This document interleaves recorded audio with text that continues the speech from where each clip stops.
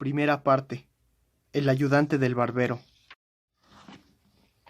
Aunque en su ignorancia Rob J. consideraba un inconveniente verse obligado a permanecer junto a la casa paterna en compañía de sus hermanos y su hermana, esos serían sus últimos instantes seguros de bienaventurada inocencia.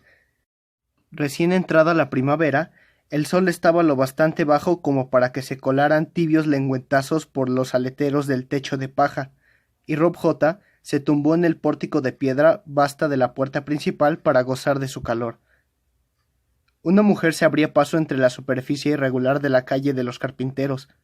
La vía pública necesitaba reparaciones, al igual que la mayoría de las pequeñas casas de los obreros, descuidadamente levantadas por artesanos especializados que ganaban su sustento erigiendo sólidas moradas para los más ricos y afortunados. Estaba desgranando una cesta de frescos guisantes e intentaba no perder de vista a los más pequeños, que quedaban a su cargo cuando mamá salía. William Stewart, de 6, y Annie Mary, de 4. Cavaban en el barro a un lado de la casa y jugaban juegos secretos y risueños. Jonathan Carter, de 18 meses, acostado sobre una piel de cordero, ya había comido su papilla, eruptado y gorjeaba satisfecho. Samuel Edward, de 7 años, había dado el esquinazo a Rob J. El astuto Samuel siempre se las ingeniaba para esfumarse en lugar de compartir el trabajo, y Rob, colérico, estaba pendiente de su regreso. Abría las legumbres de una en una, y con el pulgar arrancaba los guisantes de la cerosa vaina tal como lo hacía mamá, sin detenerse al ver que una mujer se acercaba a él en línea recta. Las ballenas de su corpiño manchado le alzaban el busto de modo que a veces, cuando se movía, se entreveía un pezón pintado, y su rostro carnoso llamaba la atención por la cantidad de potijes que llevaba. Aunque Rob J. solo tenía 9 años, como niño londinense sabía distinguir a una ramera. «Ya hemos llegado. ¿Es esta la casa de Nathaniel Cole?» Rob J. la observó, con rencor, porque no era la primera vez que las furcias llamaban a la puerta en busca de su padre. «¿Quién quiere saberlo?», preguntó bruscamente, contento de que su padre hubiera salido a buscar trabajo y la fulana no lo encontrara, contento de que su madre hubiera salido a entregar bordados y se evitara esa vergüenza. «Lo necesita su esposa, que me ha enviado». «¿Qué quiere decir con que lo necesita?» Las manos jóvenes y habilidosas dejaron de desgranar guisantes. La prostituta lo observó con frialdad, ya que en su tono y en sus modales había captado la opinión que de ella tenía. «¿Es tu madre?» Rob J. asintió. «El parto le ha sentado mal. Está en los establos de Eggleston, cerca del muelle de los charcos. Será mejor que busques a tu padre y se lo digas», añadió la mujer y se fue. El chico miró desesperadamente a su alrededor. «¡Samuel!», gritó, pero, como de costumbre, no sabía dónde estaba el condenado Samuel, así que Rob J. cogió a William y a Anne Mary. «Willum, cuida a los pequeños», dijo, abandonó la casa y echó a correr. Aquellos en cuya superstición se podía confiar decían que el año del señor de 1021, año del 8º embarazo de Agnes Cole, pertenecía a Satán. Se había caracterizado por calamidades para el pueblo y monstruosidades de la naturaleza. El pasado otoño, la cosecha se había marchitado en los campos a causa de las fuertes escarchas que congelaron los ríos. Hubo lluvias como nunca, y debido al rápido deshielo, el Támesis se desbordó y arrastró puentes y hogares. Cayeron estrellas que iluminaron los ventosos cielos invernales y se vio un cometa. En febrero, la tierra tembló escandalosamente. Un rayo arrancó la cabeza de un crucifijo, y los hombres dijeron que Cristo y sus santos dormían. Corrió el rumor de que, durante 3 días, de un manantial estuvo brotando sangre, y los viajeros comunicaron la aparición del diablo en bosques y lugares inhóspitos. Agnes había dicho a su hijo mayor que no hiciera caso de las habladurías, pero añadió, desaconsejada, que si Rob J. veía u oía algo raro, debía hacer la señal de la cruz. Ese año la gente ponía una pesada carga sobre los hombros de Dios, pues el fracaso de la cosecha había provocado penurias. Hacía más de 4 meses que Nathaniel no cobraba, y subsistían gracias a la habilidad de su esposa para crear magníficos bordados. De recién casados, ella y Nathaniel habían estado enfermos de amor y muy seguros del futuro. Él pensaba hacerse rico como contratista y constructor, pero el ascenso en el gremio de los carpinteros era lento, y estaba en manos de comités de examen que estudiaban los proyectos sometidos a prueba como si cada trabajo estuviera destinado para el rey. Nathaniel había pasado 6 años como aprendiz de carpintero y el doble como oficial.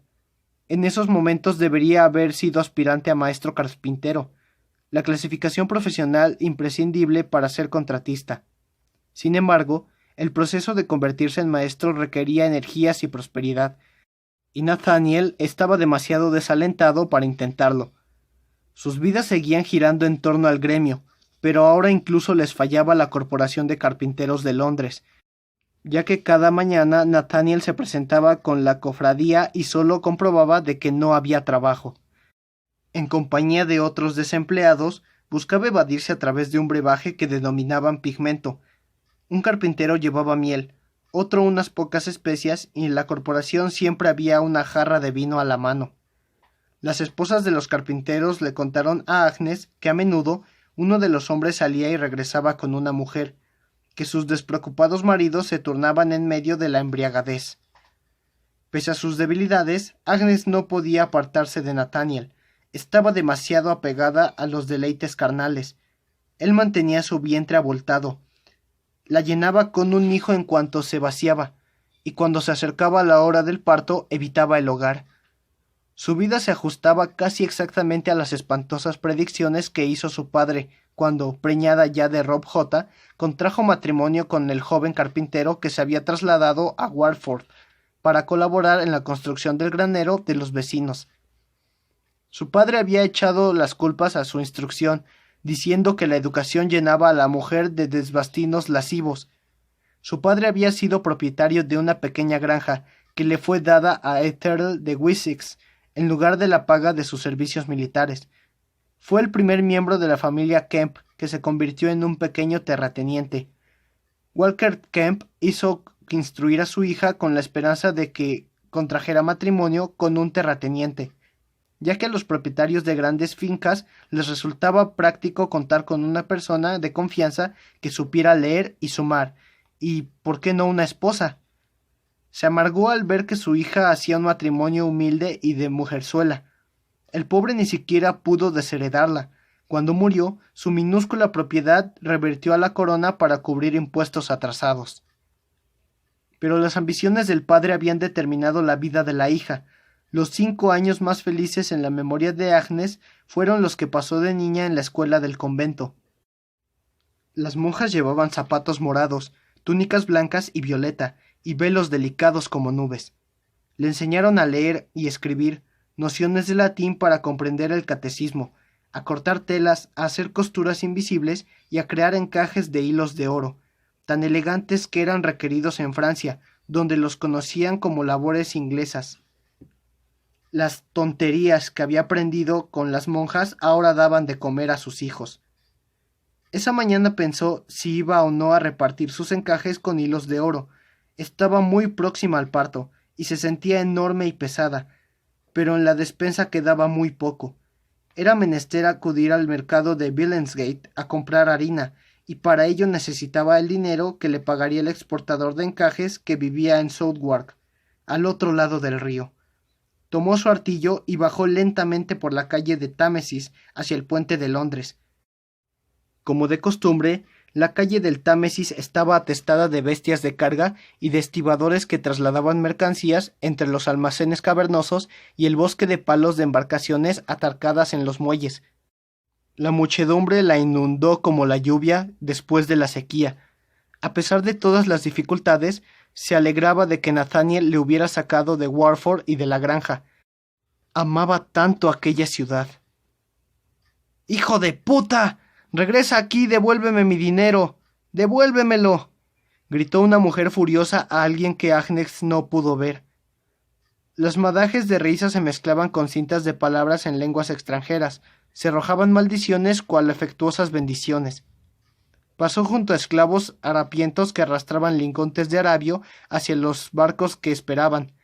Los perros ladraban a los desgraciados que resollaban sobre sus cargas brutales, mientras las gotas de sudor perlaban en sus cabezas rapadas.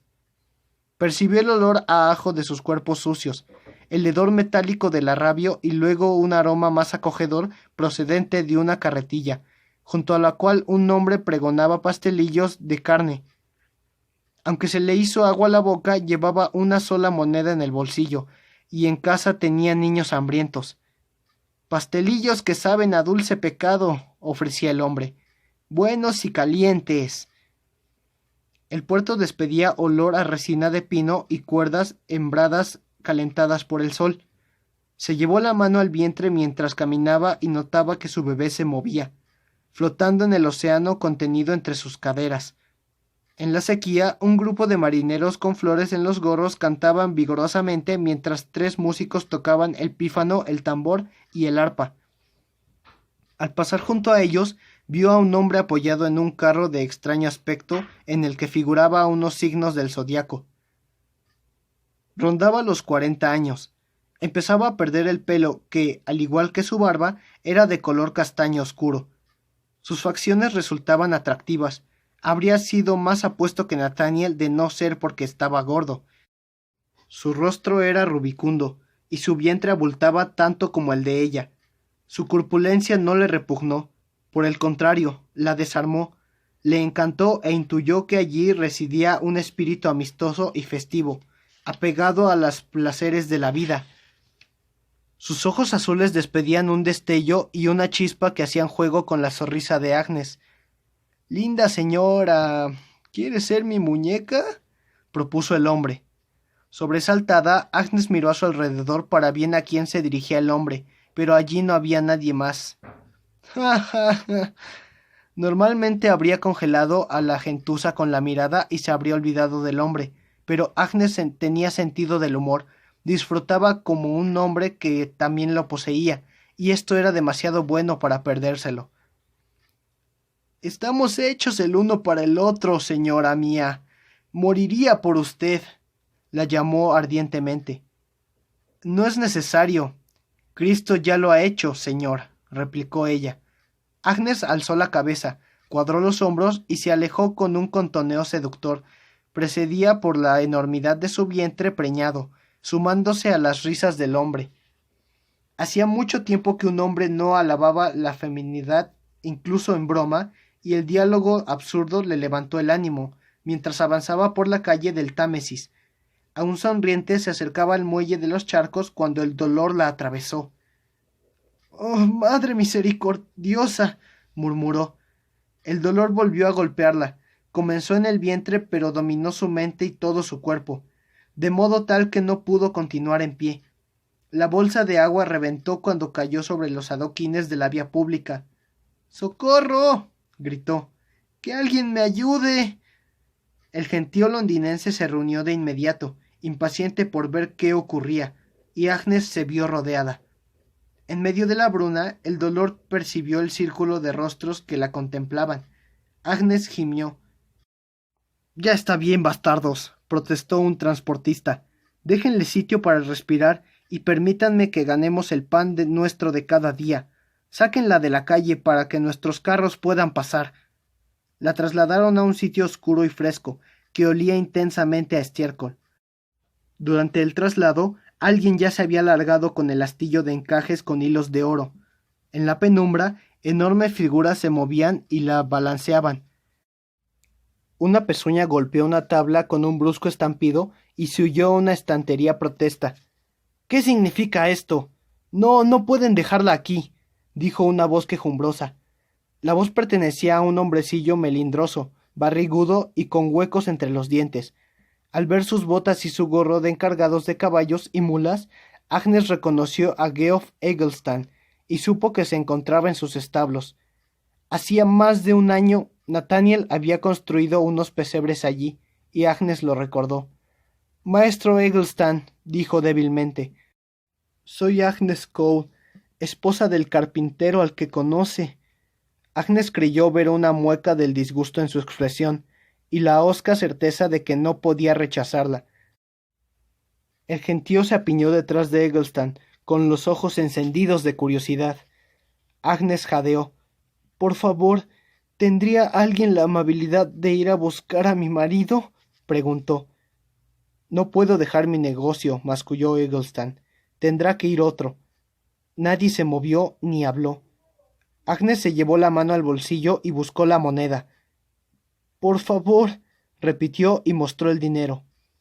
—Cumpliré con mi deber cristiano —dijo de inmediato una mujer que, evidentemente, era una buscona. Sus dedos rodearon la moneda como una garra. El dolor era insoportable, un dolor nuevo y distinto. Estaba acostumbrada a las contracciones intermitentes. Sus partos habían sido relativamente difíciles después de los 2 primeros embarazos, pero en el proceso se había ensanchado. Había sufrido abortos antes y después del alumbramiento de Anne-Marie, pero tanto Jonathan como la niña abandonaron fácilmente su cuerpo después de romper aguas, como simientes resbaladizos que se apretaban entre los dedos. En los 5 partos jamás había sentido algo semejante. —Dulce Agnes —dijo en medio del embotado silencio—, Dulce Agnes, que me auxilias a los corderos, auxíliame. Durante el parto siempre rezaba a su santa, y Santa Agnes la ayudaba, pero esta vez el mundo entero era un dolor continuo, y el niño proseguía en su interior, como un enorme tapón. Finalmente, sus gritos discordantes llamaron la atención de una comadrona que pasaba por allí, una arpía que estaba algo más que ligeramente borracha, y que con maldiciones echó a los mirones de los establos. Luego se volvió y observó a Agnes con asco. —Los condenados hombres la arrojaron a la mierda —murmuró. No había un sitio mejor al que trasladarla.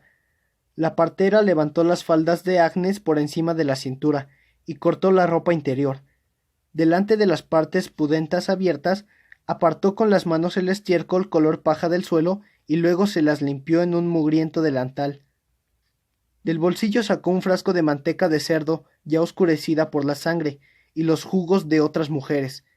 Extrajo un poco de grasa rancia, se frotó las manos como si se las lavara hasta lubricarlas, e introdujo los dedos, luego 3 y por último la mano entera en el dilatado orificio de la mujer doliente, que ahora aullaba como un animal. —Le dolerá el doble, señora —comentó la comadrona segundos después, y se engrasó los brazos hasta los codos. Si se lo propusiera, el muy granuja podría morderse los dedos de los pies. —¡Viene con el culo!